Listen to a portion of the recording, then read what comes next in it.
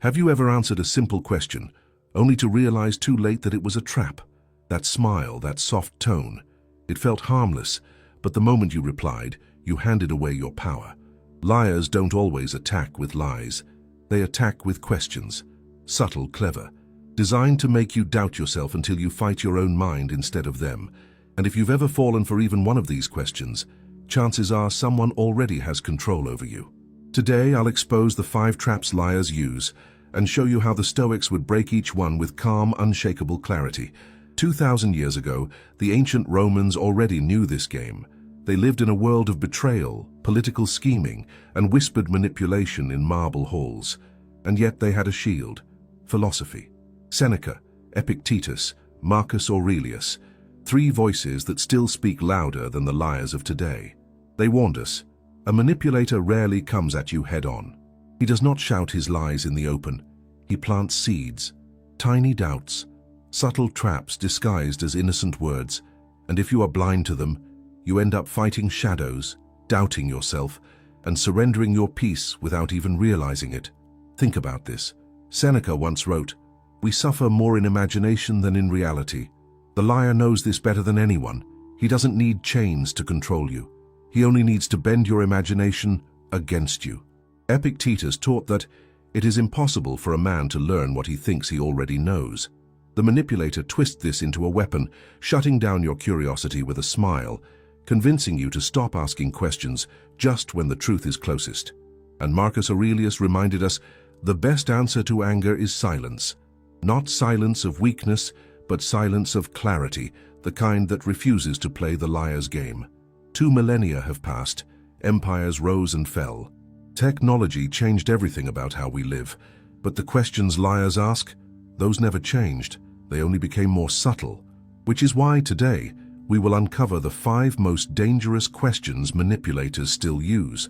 Questions that look innocent, but are designed to corner you, weaken you, and steal your clarity. And more importantly, I'll show you how the Stoics would respond. Calmly, clearly, unshakably. Question 1. Why are you being so sensitive? It sounds harmless, doesn't it? Almost like concern. A soft laugh, a tilted head, a playful tone. Why are you being so sensitive? But behind those words hides the first strike of a manipulator. This is not a question. It's an accusation disguised as care. What they're really saying is, you're weak. You're imagining things. The problem isn't me. It's you. Think back for a moment. Have you ever raised your voice against something unfair, only to be brushed aside with a smile? In a relationship, maybe you noticed a small betrayal, and instead of honesty, you heard, "Oh, come on, you're just too sensitive." At work, maybe you questioned the ethics of a decision, and the reply came with a shrug. "Don't overreact, it's just business." That's not kindness. That's a weapon. Because what they are really trying to do is strip you of your greatest defense, your awareness. And here lies the truth most people forget. Sensitivity is not weakness. Sensitivity is radar. The one who feels deeply sees danger sooner than the one who sleeps through it. A financial analyst who spots tiny inconsistencies in the books, mocked as paranoid, until a multi-million-dollar fraud is uncovered. A wife who senses a shift in her husband's tone, dismissed as overreacting, until the betrayal is revealed months later. In both cases, what was called sensitivity was in fact foresight, an early warning system others chose to ignore. Seneca once wrote, "We suffer more in imagination than in reality." Manipulators exploit this truth. They don't need to prove you wrong. They only need to plant a seed of doubt in your imagination. Once you begin questioning yourself, they no longer need to attack. You will do it for them. That's the true cruelty of this question. It doesn't silence you directly. It teaches you to silence yourself. So, how would a Stoic respond? Not with anger, not with frantic defense, but with calm clarity. Marcus Aurelius said, "If someone can prove me wrong and show me my mistake, I will gladly change, for it is truth that I seek, not victory." A person who truly values you will never shame your awareness. Only those with something to hide are afraid of your perception. The next time someone leans in and says, "Why are you being so sensitive?" don't take the bait. Don't defend. Don't apologize. Simply look them in the eye and answer calmly, "I'm not being sensitive, I'm being observant." Does that make you uncomfortable? One sentence, and you will see it happen. The mask begins to slip. Question 2. You trust me, right? On the surface, it sounds so gentle, almost innocent. You trust me, right? But don't be fooled. This is not a request. It's a trap. Because anyone who demands trust instead of earning it has already revealed their weakness. Think carefully. A trustworthy person doesn't need to ask for faith. Their actions day after day are proof enough. They build trust the way a mason builds a fortress, stone by stone, consistency upon consistency. But when someone looks into your eyes and insists, "You trust me, right?"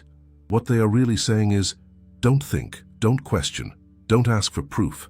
Hand me the keys to your judgment." Maybe you've seen it before. A business partner who avoids showing the numbers but leans across the table with a smile, "Trust me." A lover who hides their phone but whispers, "Don't you trust me?" These are not invitations to intimacy.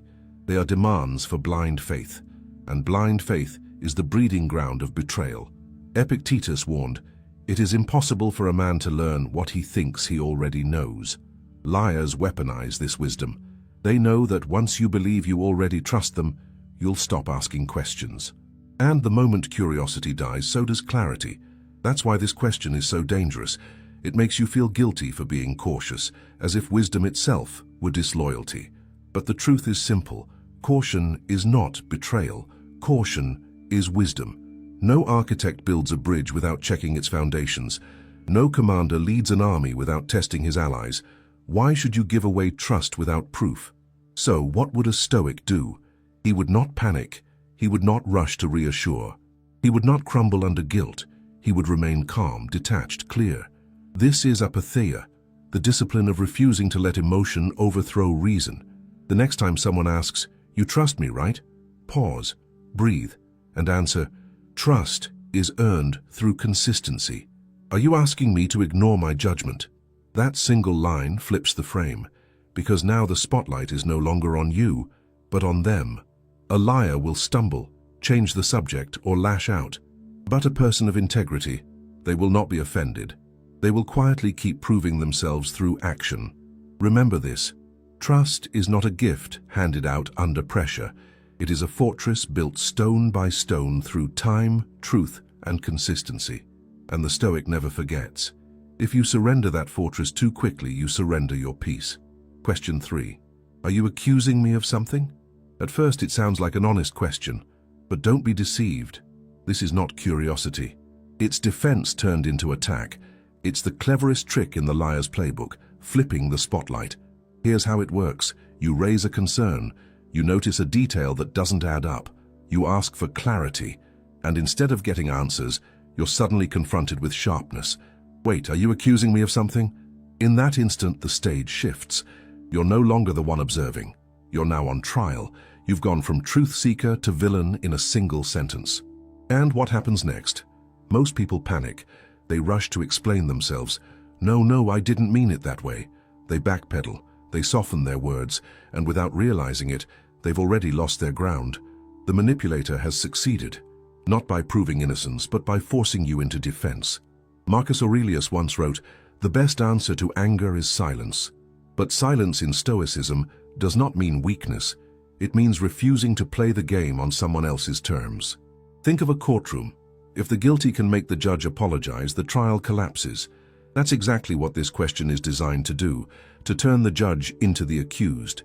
You've probably seen this in real life. A boss confronted about missing funds snaps back, "Are you accusing me of stealing?"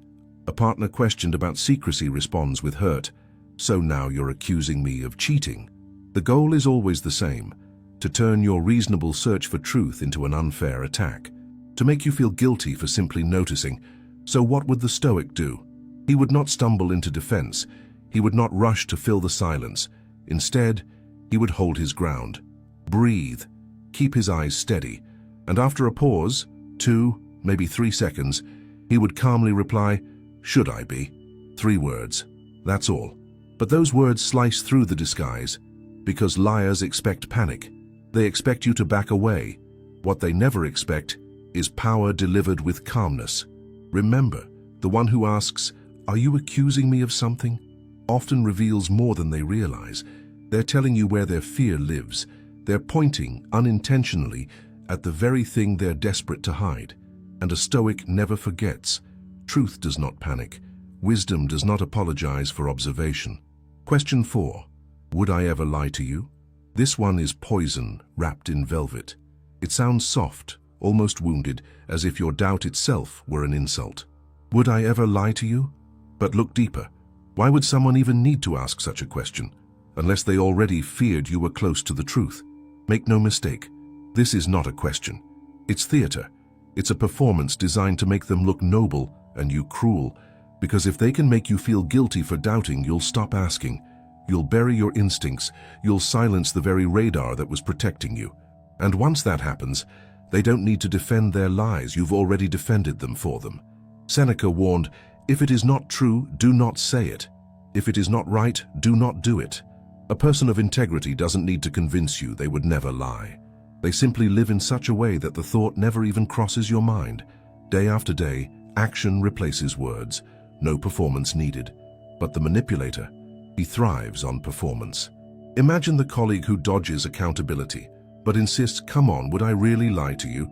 Or the partner who hides their messages but pleads with hurt eyes, would I ever lie to you?